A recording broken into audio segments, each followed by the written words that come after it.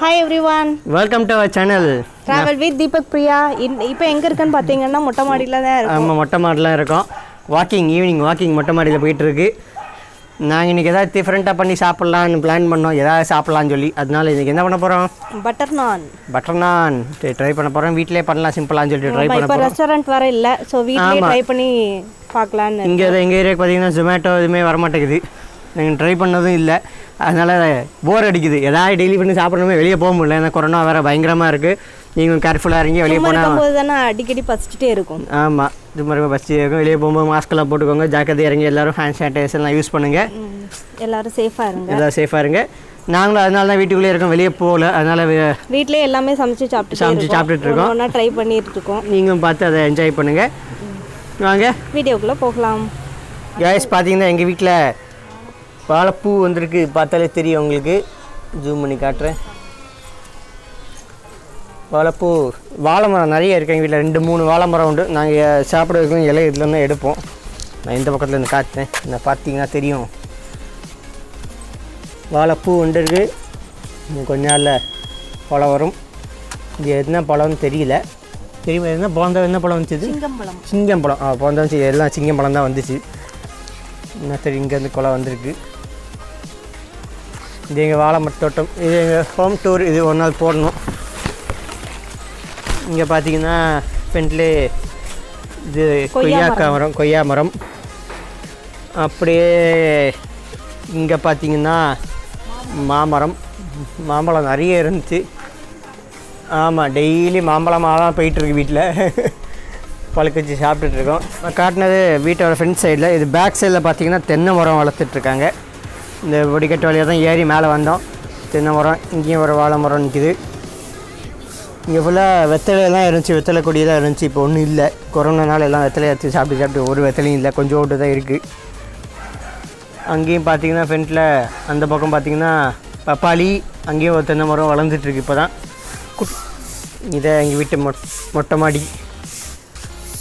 சரி ஓட்டிப்பான் க்ளீன் பண்ணிக்கிட்டு இருக்கா. இங்கே 2 சேர் எப்போவுமே போட்டிருப்பாங்க. மொட்டை மாடிக்கு வந்தால் உட்கார கண்டு 2 சேர் எப்போவுமே இருக்கும். இந்த மேக்கப் பையன் தான் உட்காந்துருக்கான். அவனும் நிழலுக்காண்டி இந்த மாமரத்துக்கு கீழே தான் போய் உட்காந்துருப்பான். வீடை சுற்றியுமே பார்த்தீங்கன்னா தென்னை மரம் மாமரம்னு ஒரே க்ரீனிஷாக தான் இருக்கும். சுற்றி பார்க்கலாம். எங்கே பார்த்தாலும் பச்சை பச்சைன்னு தான். வீடை சுற்றி மரங்கள் தான். அதனால் தனுப்பாக தான் எப்போவுமே இருக்கும். காற்று நல்லா ஜம்முன்னு அடிக்கும். இங்கே பார்த்திங்கன்னா மாமரம். மாங்காயில் ஃபுல்லாக மிசிறாக இருக்குது. இங்கே மிசிறு ஜாஸ்தி. பார்த்தாலே தெரியும். ஊர் பட்டம் தான் இருக்குது. மாங்காய் ஏற்கனவே கிடையாது. மிசிறு பார்த்திங்கன்னா நிறைய இருக்குது. ஆக்சுவலாக கூடு கட்டி நிறைய மாங்காய் தான் இருக்குது. டெய்லி மாங்காவாக தான் சாப்பிட்டுட்ருக்கோம். அங்கே மாம்பழம் இதை நல்லா இதுக்குள்ளே பழக்க வச்சு மாம்பழமாக சாப்பிடுவோம் நாங்கள் டெய்லி. இதெல்லாம் பார்த்தீங்கன்னா தெரியும். மிஸ்ஸிரு அவ்வளோ அழகாக இருக்குது. இது கூடு கட்டியிருக்கு. இங்கே பார்த்தாலே தெரியும். இது அந்த மிஸ்ஸிரு கூடுன்னு சொல்லுவாங்க. நான் இங்கே இந்த இலை அப்படியே சுருண்டு இருக்கும். அது உள்ளே தான் எல்லாமே இருக்கும். தொட்டோன்னா அவ்வளோந்தான். மொத்த எறும்பு கூட்டமும் அதை தொட்டா இந்த வாங்க எவ்வளோ எறும்பு வருதுன்னு. அவ்வளோ மிஸ்ஸிரு இருக்குங்க. நாங்கள் ஏற்கனவே தான் மருந்தெல்லாம் அடிச்சிருந்தோம். பட் ஆனாலும் வந்துக்கிட்டே தான் இருக்கும். இதுக்குள்ளே கூடு கட்டி உள்ளே இருக்குது எல்லாம். தொட நிறைய வந்துக்கிட்டே இருக்கும். இது பார்த்திங்கன்னா தெரியும். அவ்வளோ ஆனால் இருக்குது. இது எதுக்கு போட்டிருக்கோன்னா இவன் போகாமல் இருக்க தான் போட்டிருக்கோன். சில பேர் மேலே கட்டி விட்டா அவன் போகாமல் இருப்பான். அவன் போ அவ்வளோதான். இப்போ நாங்கள் திருப்பி வரணும். இல்லைன்னா அங்கேயே நிற்பான். இப்போ நாங்கள் திறந்தா திருப்பி ஓடி வந்துடுவோம் மேலே. நாங்களும் கூட கீழே போகணும். அது வரைக்கும் போக மாட்டேன். சரி வா போ. நீ போ என்ன பண்ணுற. வா போ. போ அங்கே வரைக்கும் பார்ப்பான். இங்கடா ஆளுக்கு வரலையே என்ன பண்ணுறாங்க 2 பேருன்னு. இப்போ நான் போவோம். நோன்னா நின்றுவான். அதுதான் சொந்த பச்சை கேட்கலாம். இப்போ பாருங்கள். இப்போ பார்த்துக்கிட்டே நிற்கான். நான் நின்னா அப்படியே நிற்பான். போக மாட்டான். வா. இப்போ நாங்கள் போனோன்னா இப்போ நான் போனோடனே ஓடிடும். போ அவ்வளோதான். கிடுக்குன்னு ஓடி திருப்பி அங்கே போய் நின்று பார்ப்பான். வரலையே, எங்கே தான் போகிறாங்க. இந்த பக்கெட் எடுத்துகிட்டு போய் இந்த மக்கள் கடித்து குதறிடுவான். பாசக்கார பைப்பில் விட்டுட்டு போக மாட்டான், நின்று பார்ப்பான் வராங்களா வரலையா. ஆனால் மேலே போகும்போது மட்டும் சாடி போயிடுவான். இதான் சொன்ன பார்த்தீங்கன்னா மேலே சொன்னேன், பப்பாளி தென்னை மரம் எல்லாம் வளர்த்துட்ருக்கோம்.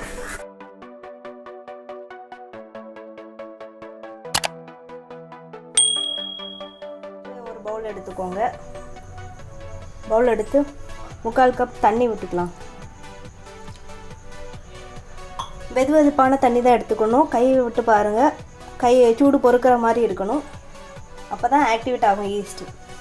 இதில் 1 டீஸ்பூன் சுகர் சேர்த்துடலாம். 1 டீஸ்பூன் ஈஸ்ட் ஆட் பண்ணிடலாம். ரெண்டையும் மிக்ஸ் பண்ணி கொடுத்துக்கோங்க. ஒரு 5 மினிட்ஸ் அப்படியே இருக்கட்டு. ஆக்டிவேட் ஆனதுக்கப்புறம் பார்க்கலாம். பார்த்தீங்கன்னா ஈஸ்ட் ஆக்டிவேட் ஆகுது, உங்களுக்கு தெரியும். பபுள்ஸ் அந்த வந்துட்டுருக்கு.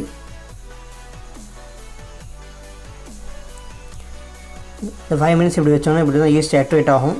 இப்போ பார்த்தீங்கன்னா ஈஸ்ட் ஆக்டிவேட் ஆகிடுச்சு, பார்த்தாலே தெரியும் உங்களுக்கு. நம்ம அடுத்த நம்ம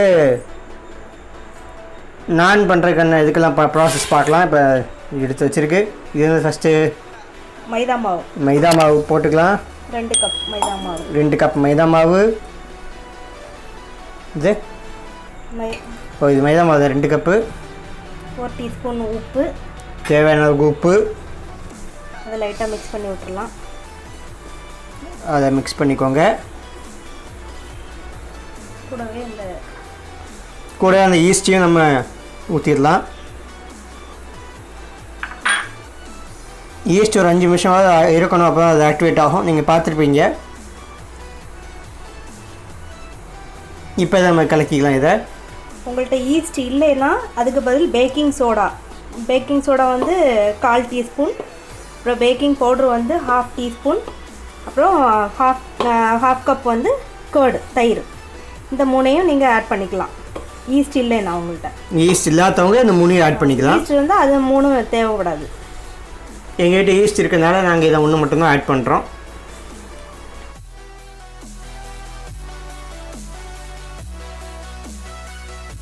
கையில் ஒட்டாமல் வர வரைக்கும் நல்லா பிசைஞ்சு கொடுத்துக்கோங்க. கையில் ஒட்டாமல் வர வரைக்கும் பிசையணும்.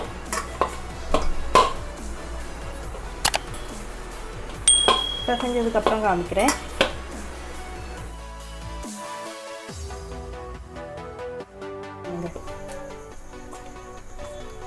இப்போ பார்த்தீங்கன்னா இந்த மாவு நல்லா நம்ம பிசைஞ்சு ஒட்டாத அளவுக்கு பிசைஞ்சாச்சு. கொஞ்சம் எண்ணெயை ஊற்றி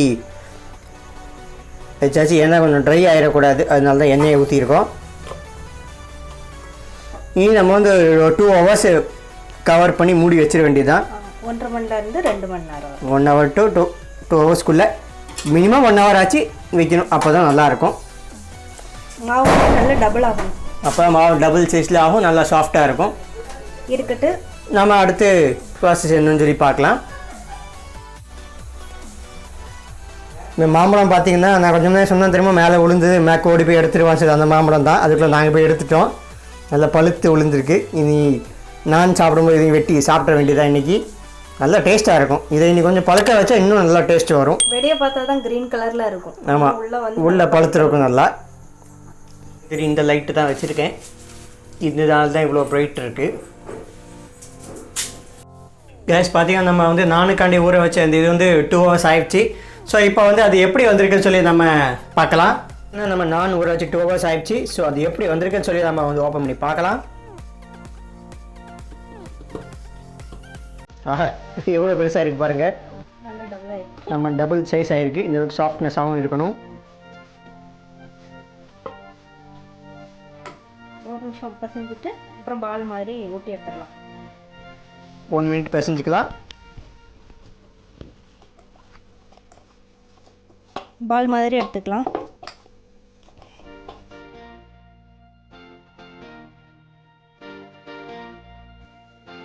இதில் சாஃப்ட் ஆகிடுச்சு. இந்த ஒவ்வொரு பால் மாதிரி எடுத்து ஸோ அப்போ நான் போட வசதியாக இருக்கும்.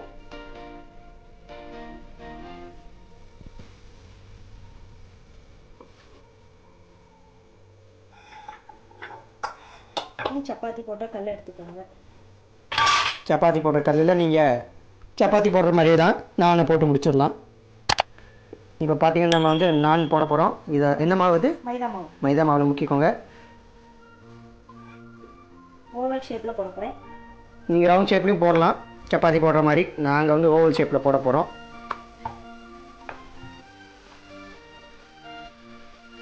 நீங்கள் உங்களுக்கு எப்படி வசதியோ அப்படி போட்டுக்கலாம். பார்த்தாலே தெரியும் ஸ்ட்ரெச்சியாக இருக்குது.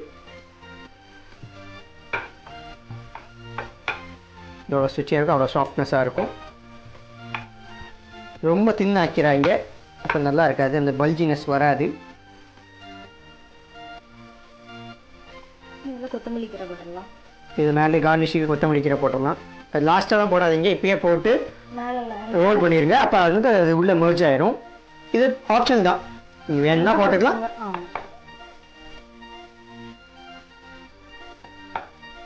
இதை இங்கே அப்படியே நம்ம வந்து பேனில் போட வேண்டியதான்.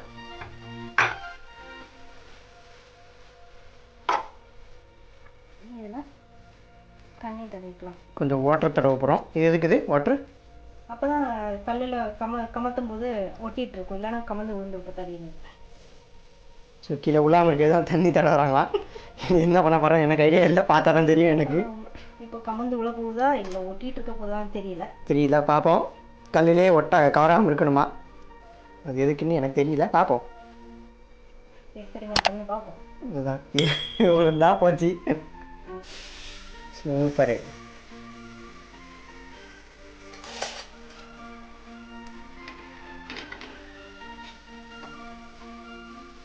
தண்ணி ஊற்றுறதுனால ஆயில் தேவையில்லை. மீடியம் டைம்லேயே இருக்குது. இங்கே பார்த்தீங்கன்னா தெரியல, பல்ஜாக ஆகுது தெரியும். அதான் நல்ல பல்ஜானால் டேஸ்ட்டாக இருக்கும். பபிள்ஸ் வந்ததுக்கப்புறம் தான் திருப்பணும். நம்ம பபுள்ஸ் வரைக்கும் வெயிட் பண்ணணும். பபுள்ஸ் வந்த பிறகு தான் திருப்பணும். அப்போவே தெரியும் உங்களுக்கு பபுள்ஸ் வருது. இந்த மாதிரி அந்த பக்கம் பபுள்ஸ் பல்ஜ் ஆகணும். நீங்கள் நார்மலாக ஹோட்டலில் பார்த்துருப்பீங்க, பல்ஜ் தான் இருக்கும். வந்ததுக்கப்புறம் இதை அப்படியே டர்ன் பண்ணி இதே தலையில் வைக்கணுமா? எப்படி காமிக்கணும், கொஞ்சம் லைட் அந்த இது கொஞ்சம் காணிக்கணும், ஹீட்டாக இதாக இருக்குது. இந்த ஃபயர் மாதிரி அது பார்த்தீங்கன்னா தெரியும். இந்த மாதிரி ஆகணும். திருப்பினாலும் போட்டுக்கலாம், பட் இப்படியும் பண்ணிக்கலாம். நீங்கள் ஃப்ளேம் கூட்டி வைக்கவா? மீடியம்லேயே இருக்கட்டுமா? இப்படி இருக்கிறது அப்படின்னா அந்த கரிஞ்சி ஸ்மோக்கினஸ் உங்களுக்கு கிடைக்கும், இல்லைன்னா அது கிடைக்காது, நார்மல் சப்பாத்தி மாதிரி ஆயிரும். ஆஹா, சூப்பராக இருக்குது. அதனால தான் நம்ம தண்ணி தடவுறோம். ஓ, இதுக்கு தான் தண்ணி விழாமல் இருக்குது தான் தண்ணி தடவுறாங்க. ஓகே. ஆஹா, அது பார்த்தீங்கன்னா தெரியும், நல்ல கலர் வந்தாச்சு. இப்போ இது ரெடி ஆயாச்சு. இதை நம்ம பிளேட்டில் மாற்றிக்கிட்டு இதுக்கு மேலே நம்ம பட்டர் தடவிடலாம். இது பார்த்தீங்கன்னா ட்ரையாக இருக்கும். இதுக்கு தான் வந்து நம்ம பட்டர் தடவுறது. மற்றபடி பிளெயின் நான்னா உங்களுக்கு நம்ம ட்ரையாகவே இருக்கும். எனக்கு நம்ம ட்ரையாக இருந்தால் பிடிக்காது. கொஞ்சமாக பட்டர் எடுத்துக்கோங்க. சூடாக இருக்க நம்ம மேலே போட்டுருங்க. ஆமாம், சூடாக இருக்கும் போதே போட்டுருங்க. அதான் உருக்கி அது ஃபுல்லாக மிக்ஸ் ஆயிரும், சாஃப்ட்னஸும் வரும். பார்த்தீங்கன்னா பட்டர் நான் ரெடி.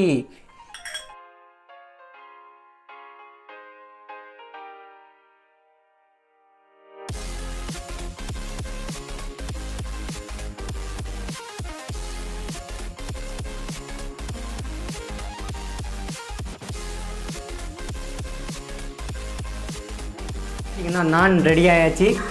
ஸோ செம்ம சாஃப்டாக இருக்குது. பிச்சு பாத்திரலாம் எப்படி இருக்குதுன்னு சொல்லி. ஆஹா, செம்ம சாஃப்டாக இருக்குது. நான் இந்த சாப்பிட்டு பார்ப்போம் எப்படி இருக்குன்னு.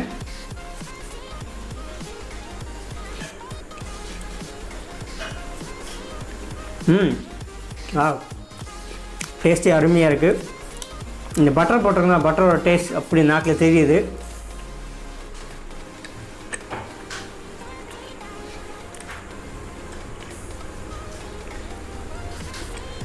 இது கூட நம்ம பன்னீர் பட்டர் மசாலா பண்ணியிருக்கோம். அதோட வீடியோ வந்து தனியாக போடுறேன், இல்லைன்னா லெங்க்த்தாக போயிடும்.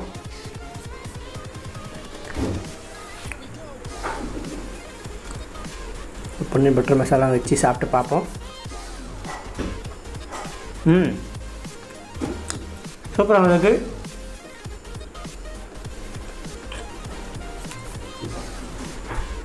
வீட்டிலே ட்ரை பண்ணி பாருங்கள். எல்லாருமே ஈஸியாக பண்ணிடலாம், பெரிய கஷ்டம் கிடையாது. ட்ரை பண்ணிட்டு எப்படி இருக்குன்னு சொல்லி கமெண்ட்டில் சொல்லுங்கள். இதோட இந்த vlog நான் பண்ணிக்க நான் சாப்பிட்டு என்ஜாய் பண்ண போகிறேன். இந்த வீடியோ பிடிச்சிருந்தால் லைக் பண்ணுங்கள், எங்கள் சேனல் மறக்காமல் சப்ஸ்கிரைப் பண்ணுங்கள். போகிற வீடியோ பெறுவது travel with Deepak Priya. Bye.